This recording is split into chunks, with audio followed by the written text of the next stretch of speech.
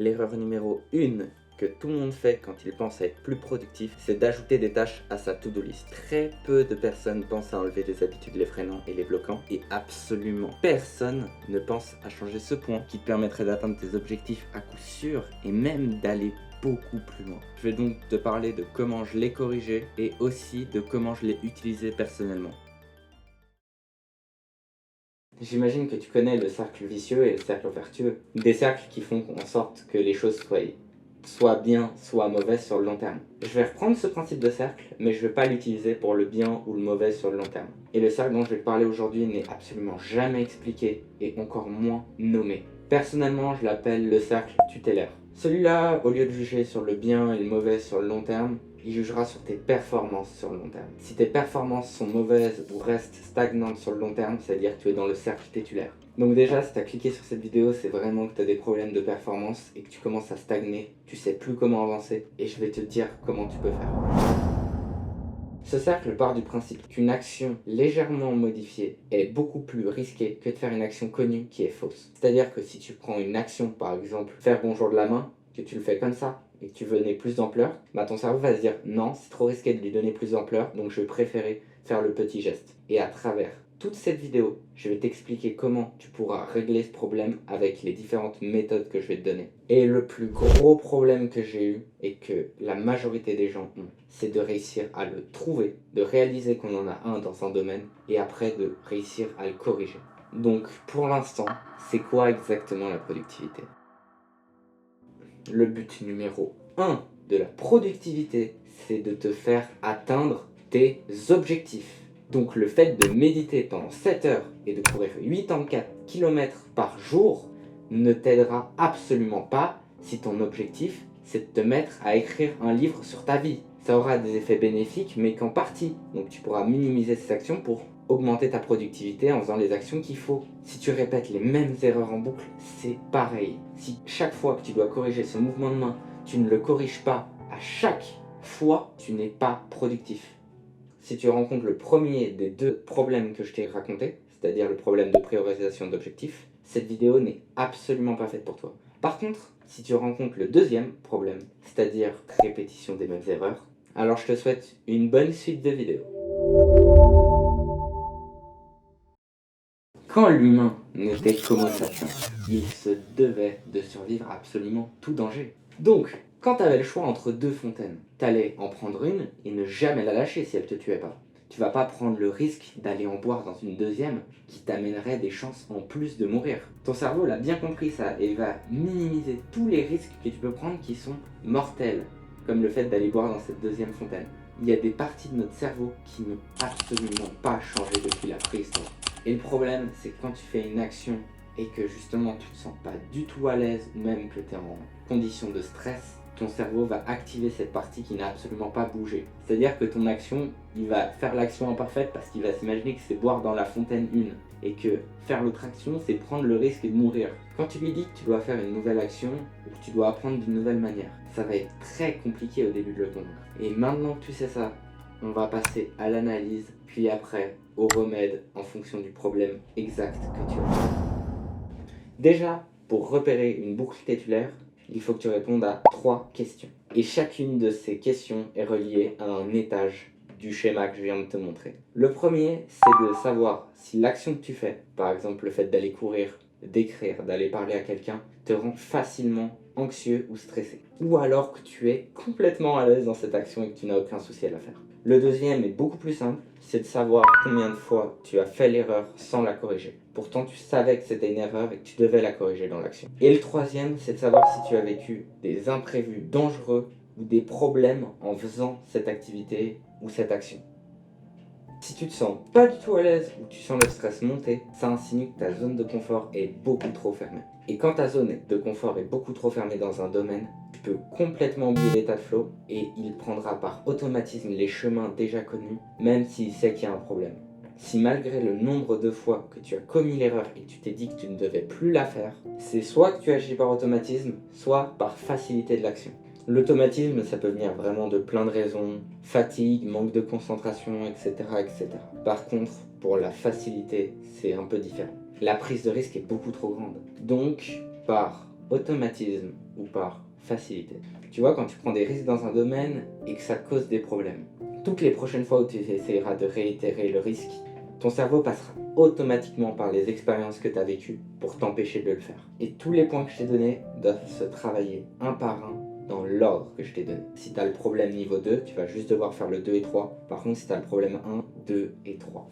Honnêtement, il existe énormément de moyens de résoudre ces problèmes maintenant que tu connais la cause. Et mon but dans la suite de cette vidéo, ça va être de te donner ceux qui ont marché pour toi. Donc comme je l'ai dit plus tôt, chaque étage est égal à une des 3 questions.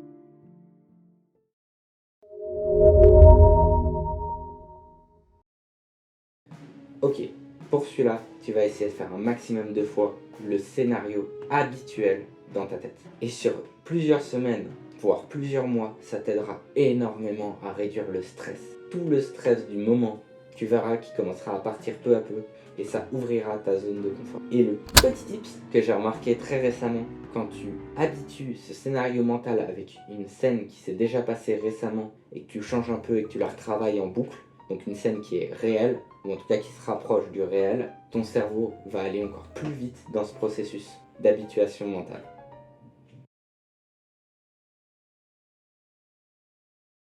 L'action qui te rend anxieux, essaye de la faire pendant plus de 45 minutes. C'est-à-dire, au lieu de juste passer cette action, par exemple 20 minutes ou une discussion courte, tu vas essayer de la faire durer 45 minutes, voire un peu plus. Parce qu'à partir des 45 minutes, ça a été prouvé scientifiquement, ton cerveau commence à normaliser cette action et le fait de réduire ton anxiété est beaucoup plus grande que si tu le faisais juste pendant 30 minutes, beaucoup plus de fois.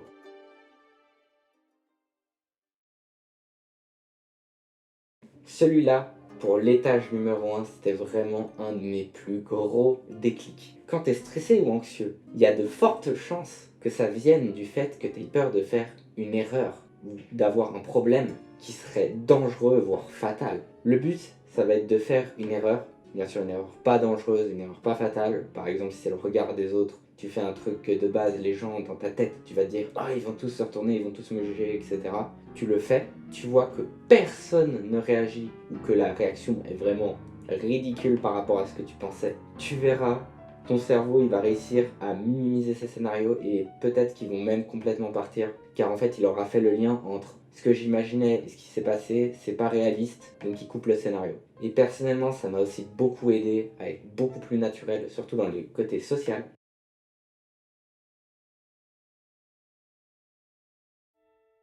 Celui-là, c'est un changement de mentalité. Il ne faut que tu te concentres que sur ce que tu contrôles. Le reste, ciao! Et en appliquant cette mentalité, tu vas réussir à enlever toute peur de fausses actions, d'échecs potentiels, etc. Parce qu'au lieu de te concentrer sur le résultat, tu vas te concentrer sur ce que tu fais. Et en plus, comment tu veux vraiment être objectif sur la qualité de tes actions si tu prends le jugement des gens autour? Le seul qui devrait compter, c'est le tien. Donc concentre-toi sur tes actions par rapport à toi et ton ressenti. J'en profite de faire une pause maintenant, mais n'oublie juste pas de liker si la vidéo te plaît. Si toi t'as un problème, un truc qui t'intéresse, ou même que tu veux juste écrire un commentaire par rapport à la vidéo, n'hésite pas à le faire en dessous. Les commentaires sont faits pour ça. Je te laisse avec la suite. Donc, maintenant passons à l'étage numéro 2. Quand tu fais l'action que tu souhaites modifier, il y a de fortes chances que tu manques de concentration et donc que tu passes à côté, sans même t'en rendre compte. Le giga truc qui m'a aidé, c'est de me dire de faire chaque action dans ma tête avant de la faire. C'est-à-dire que par exemple, si mon action globale c'est d'écrire un livre et qu'à chaque fois je me reprends sur un mot, ben chaque mot, avant de l'écrire, je vais me le dire une fois dans la tête, je vais m'imaginer écrire, puis après je l'écris. Comme ça, je prends conscience de chaque action que je suis en train de faire. Tu peux essayer de le combiner aussi avec des scénarios mentaux, comme ça tu pourras travailler dessus, même si t'es pas en train de faire l'action.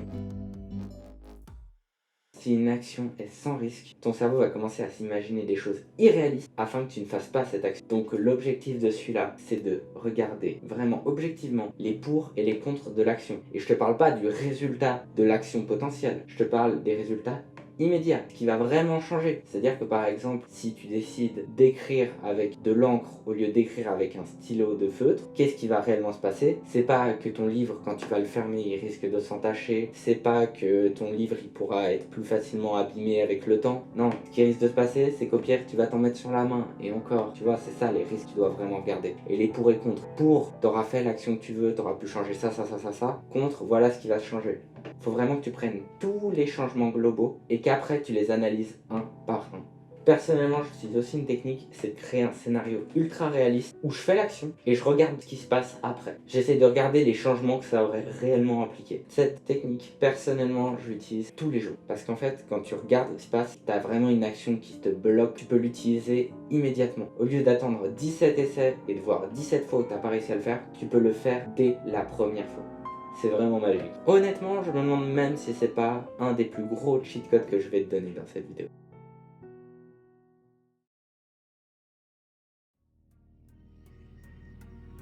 Celui-là, il est bien plus compliqué que les autres parce que vu que ce risque maintenant est associé à un danger de mort, ça va être compliqué de revenir dessus. Une des méthodes que j'ai personnellement utilisées, c'est de me dire que le risque couru et surtout le résultat, le problème que j'ai rencontré, en fait, il valait que dalle. C'est-à-dire que tout ce que j'ai vécu, le problème, le résultat de ce risque qui a été réalisé ne vaut rien, rien du tout. Car le problème, c'est que ton cerveau, il a associé trop d'importance au fait d'éviter ce risque à nouveau, au lieu de progresser. Donc tu vis dans un blocage. Sinon, tu peux utiliser l'opposé, c'est-à-dire que tu te dis que de ne pas faire l'action, c'est encore plus dangereux si tu ne fais pas la nouvelle action comme tu souhaites. Par exemple, tu pourrais passer à côté d'une nouvelle vie incroyable, à côté de nouveaux amis, à côté de nouveaux résultats, peu importe, un truc qui serait tellement important de ne pas rater que ton cerveau va quand même faire cette action, même s'il a peur du risque et du problème qu'il a déjà vu. En gros, shifter le problème en mode je dois pas faire ça, prendre ce risque, mais plutôt si je prends pas cette action, cette nouvelle action que je veux faire, je vais rater tout ça. Grâce à État de Flow, ton cerveau ne se concentrera plus sur ce problème passé, mais sur comment faire le mieux possible cette action. Il passe donc naturellement au-dessus du blocage que tu as quand tu es en État de Flow. C'est vraiment un truc qui est surkiffant l'État de Flow. Honnêtement, va t'informer dessus parce que tous les domaines, ça pourra extrêmement t'aider. Quand je te dis extrêmement, c'est que ça te permettra d'atteindre des performances que tu n'atteindras peut-être jamais si tu ne l'utilises pas. Et si tu n'arrives pas à rentrer dedans, utilise la première des deux techniques. Pour l'instant, c'est la seule qui marche si tu n'arrives vraiment pas à rentrer dans un État de Flow. Donc voici un exemple personnel de comment je l'ai appliqué. J'adore le principe des mangas animés. C'est-à-dire que tu as une vidéo où tu as quelqu'un qui a pris le personnage, par exemple un dessin, et qui a réussi à le rendre comme s'il était vivant. Alors que pourtant c'est qu'un dessin. Et j'adore aussi Dragon Ball. Je voulais aussi créer les miens, mais je ne savais absolument pas par où commencer ni comment faire. D'abord, j'ai fait un essai sur plusieurs scènes et en fait, après avoir fait 2-3 recherches, 2-3 trucs, je me sentais stagné. Je sentais que ça avait pas l'air vivant, que ça avait l'air de bouger, c'était pas ce que je cherchais. Pour avancer, j'ai utilisé l'exposition continue. Je regardais comment les gens faisaient pour créer chaque scène et surtout comment ils animaient les personnages, comment ils faisaient chaque petit détail, etc. Et ça, je le faisais toujours pendant au moins 45 minutes par jour. Après avoir vu comment ils ont fait, j'ai essayé de tout reproduire. Comme ça, je m'approprie la chose et je fais en sorte que ça soit la mienne, que ça soit mon nouveau style. Et surtout, par la suite, j'ai réussi à comprendre quels étaient les points clés qu'ils utilisaient dans leur montage. Et vu que j'avais compris leur logique, je me suis créé un état de flow où je me mettais à bosser dessus pendant plusieurs heures et j'appliquais la logique qu'ils utilisaient et j'essayais de me l'approprier tout en essayant d'autres méthodes mais en suivant cette logique. Donc dans ce cas-là, j'ai appliqué l'exposition continue en premier, j'ai enchaîné avec comprendre les changements de la nouvelle action impliquée, puis j'ai créé un état de flow lors de l'action afin d'encore mieux appliquer leur technique. Et comme tu l'as vu dans mon cas, et je l'ai dit au tout début, il n'existe pas qu'une seule méthode. Tu n'es de 1 pas obligé de tous les appliquer pour chaque étage, et il en existe encore bien d'autres. Je t'ai donné celle qui marche sur moi afin de te faire gagner beaucoup de temps. Il y en a certainement pour toi qui vont marcher beaucoup mieux. Donc fais tes propres recherches de ton côté, continue à essayer de chercher, à tenter de nouvelles choses, jusqu'au moment où tu vois que ça marche pour toi dans tel domaine, tu pourras essayer de l'appliquer dans d'autres, etc. Maintenant que tu connais le cercle tutélaire, honnêtement, je te rencontrerai plus de problèmes du tout avec ça. Et j'ai hâte de voir tes futures performances exploser. Et le fait que tu sois arrivé aussi loin dans la vidéo prouve que tu veux vraiment t'améliorer, et ça, c'est déjà un énorme point. Tu pars avec un avantage sur beaucoup de gens. T'es sur la bonne voie. En tout cas, c'était Luc. Ciao.